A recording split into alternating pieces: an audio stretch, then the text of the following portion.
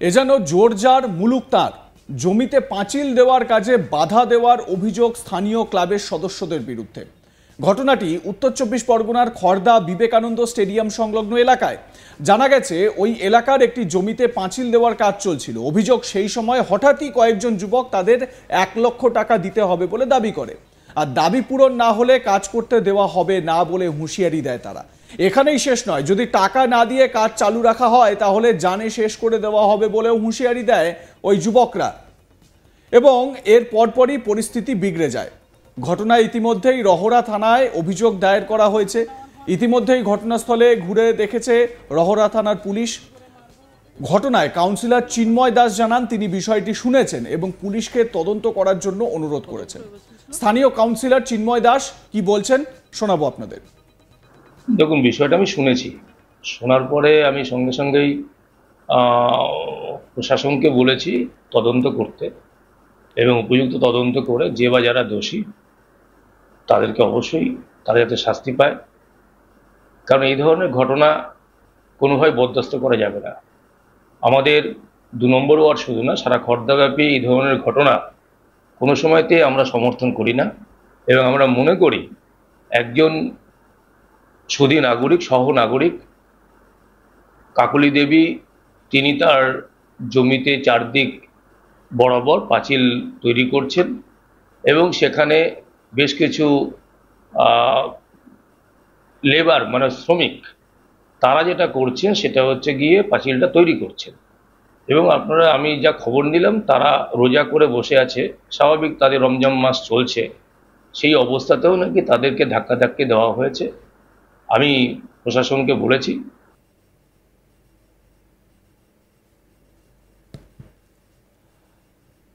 অর্থাৎ বোঝাই যাচ্ছে যে এই পাঁচিল দেওয়াকে কেন্দ্র করে কি উত্তেজনা।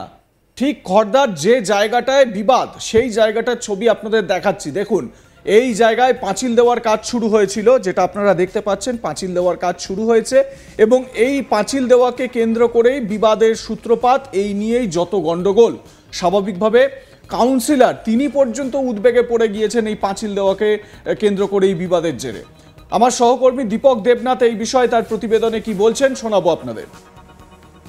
দেখো, ব্যক্তিগত মালিকানাধীন জমিতে পাঁচিল দেওয়াকে কেন্দ্র করে উত্তেজনা, এবং যে শ্রমিকরা সেই পাঁচিল তৈরির কাজ করছিলেন তাদেরকে হুমকি দেওয়ার অভিযোগ। এমনকি এও অভিযোগ উঠেছে তাদের কাছ থেকে 1 লক্ষ টাকা দাবি করা হয়েছে, এবং 1 লক্ষ টাকা না দিলে সেই পাঁচিল আর তোলা হবে না, এরকম হুমকি দেওয়া হয়েছে। সব মিলিয়ে যথেষ্ট উত্তেজনা ছড়িয়েছে খড়দা পৌরসভার অন্তর্গত 2 নম্বর ওয়ার্ডের যে খড়দা বিবেকানন্দ স্টেডিয়াম আছে, সেই স্টেডিয়াম সংলগ্ন একটি জমিতে। কাকুলি দেবনাথ যার সেই জমিটি, এবং সেই জমিতে গতকাল সকালবেলায় পাঁচিল তৈরির কাজ চলছিল, পাঁচিল নির্মাণের কাজ চলছিল, এবং বেশ কিছুটা পাঁচিল তৈরিও হয়ে যায়। কিন্তু হঠাৎ করেই কয়েকজন যুবক যারা নিজেদেরকে স্থানীয় ক্লাব সদস্য বলে দাবি করে এবং সেখানে আসে, এবং যারা ওই শ্রমিকের কাজ করছিল তাদেরকে ডাকে এবং তাদেরকে বলা হয় যে এক্ষুনি কাজ বন্ধ করতে, এবং এও বলা হয় যে 1 লক্ষ টাকা দিতে হবে, 1 লক্ষ টাকা না দিলে আর পাঁচিলের কাজ করা যাবে না। শুধু তাই নয়, সেই সমস্ত যুবকরা যারা ক্লাব সদস্য বলে দাবি করছিল তারা এসে সেই পাঁচিলের অংশটা ভেঙে দেয়, ইট যেগুলো গাঁথা হয়েছিল সেগুলোকে খুলে ফেলে দেওয়া হয়, এবং যে রড দিয়ে সেই পিলার তৈরি করা ছিল সেই রডটাকেও বেঁকে দেওয়া হয়। যে সমস্ত ভিডিও আমাদের কাছে সামনে এসেছে সেখানে সেটাই দেখা যাচ্ছে, এরকম একটি অভিযোগ। স্বাভাবিকভাবেই সেই সমস্ত শ্রমিকরা তখন সঙ্গে সঙ্গে কাজ বন্ধ করে দেন এবং তাদের মালিক পক্ষকে জানান। এই বিষয়টি নিয়ে উত্তেজনা তৈরি হয়েছে। স্থানীয় যে কাউন্সিলর আছেন তিনি বিষয়টি দেখছেন, এবং তিনি বলেছেন যে এরকম ঘটনা তৃণমূল বা তার দল কোনোভাবেই সমর্থন করে না, এবং তিনি স্থানীয় যে রহরা থানা, সেই রহরা থানায় একটি অভিযোগ দায়ের করা আছে, এবং রহরা থানার পুলিশকে তার বক্তব্য যে তিনি রহরা থানার পুলিশকে বলেছেন যে এই ঘটনার যেন উপযুক্ত তদন্ত করা হয় এবং যারা দোষী তাদেরকে যেন সাজা দেওয়া হয়, এরকম নির্দেশ দিয়েছেন তিনি। বলছেন যে এরকম ঘটনা তিনি নিজেও সমর্থন করেন এবং তার দলও সমর্থন করে না, এবং কোনোভাবেই সমর্থনযোগ্য নয়। কিন্তু কারা করেছে সেটি এখনও পরিষ্কার নয়। তিনি বিষয়টি খতিয়ে দেখছেন এবং পুলিশ প্রশাসনকে নির্দেশ দিয়েছেন যাতে বিষয়টি খতিয়ে দেখে যারা দোষী বা যারা অভিযুক্ত তাদেরকে যেন আইনের আওতায় নেওয়া আসায়। সব মিলিয়ে কিন্তু একটা উত্তেজনা সৃষ্টি হয়েছে, এবং যে সমস্ত শ্রমিকরা যারা কাজ করছিলেন তারাও পরিযায়ী শ্রমিক, বিভিন্ন জায়গা থেকে আসেন, তারাও যথেষ্ট আতঙ্কিত। তারা বলছেন যে আমরা যদি নতুন করে আবার কাজ শুরু করতে যাই তবে আবার আমাদের উপরে হামলা হবে এবং প্রাণেও মেরে ফেলা হতে পারে, এরকম একটি আশঙ্কা থেকে আপাতত তারাও কাজ থেকে বিরত দিয়েছেন। যেরকম আমার সহকর্মী দীপক দেবনাথ বললেন যে লেবার মিস্ত্রি যারা, তারা একটা আশঙ্কায় ভুগছেন যে তারা যদি কাজ করেন তাহলে তাদেরকেও জানে শেষ করে দেওয়া হতে পারে। তো লেবার মিস্ত্রি যারা, তারা কি বলছেন, তারা কতটা আতঙ্কে রয়েছেন, শোনাবো তাদের বক্তব্য। এখানে আমরা কাম করছিলাম, লেবার মিস্ত্রি বাউন্ডারি গাঁথার কাম করছিলাম। 4-5 জন এসে বললো এখানে কাম হবে না, তো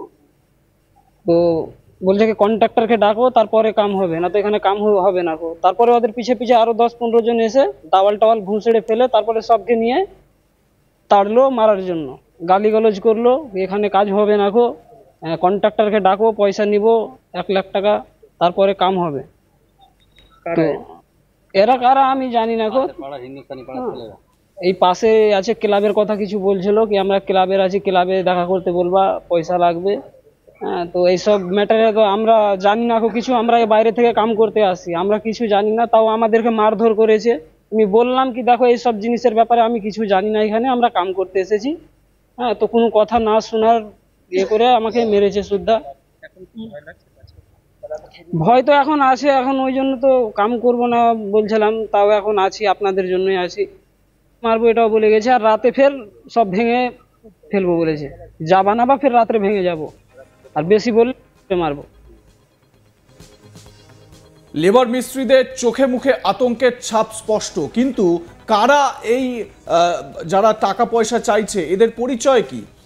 তারা হঠাৎ করে এসে বলছেন যে এখানে কাজ হবে না, তারা বলছে যে কাজ বন্ধ করো, লেবার মিস্ত্রি যারা রয়েছে তাদেরকে নাকি মারধরও করেছে।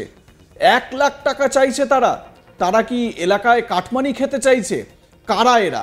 এর সঙ্গে কি শাসক দল তৃণমূল কংগ্রেসের কোনো যোগ রয়েছে? যদিও এই বিষয়গুলো এখনো কিন্তু স্পষ্ট নয়। স্থানীয় কাউন্সিলর চিন্ময় দাস তিনি বলছেন যে পুরো বিষয়টা খোঁজ নিয়েছি এবং এ বিষয়ে জানার চেষ্টা করা হচ্ছে এবং প্রশাসনের সঙ্গেও যোগাযোগ রাখার চেষ্টা করা হচ্ছে। চিন্ময় দাসের বক্তব্য আরেকবার শোনাই আপনাদের।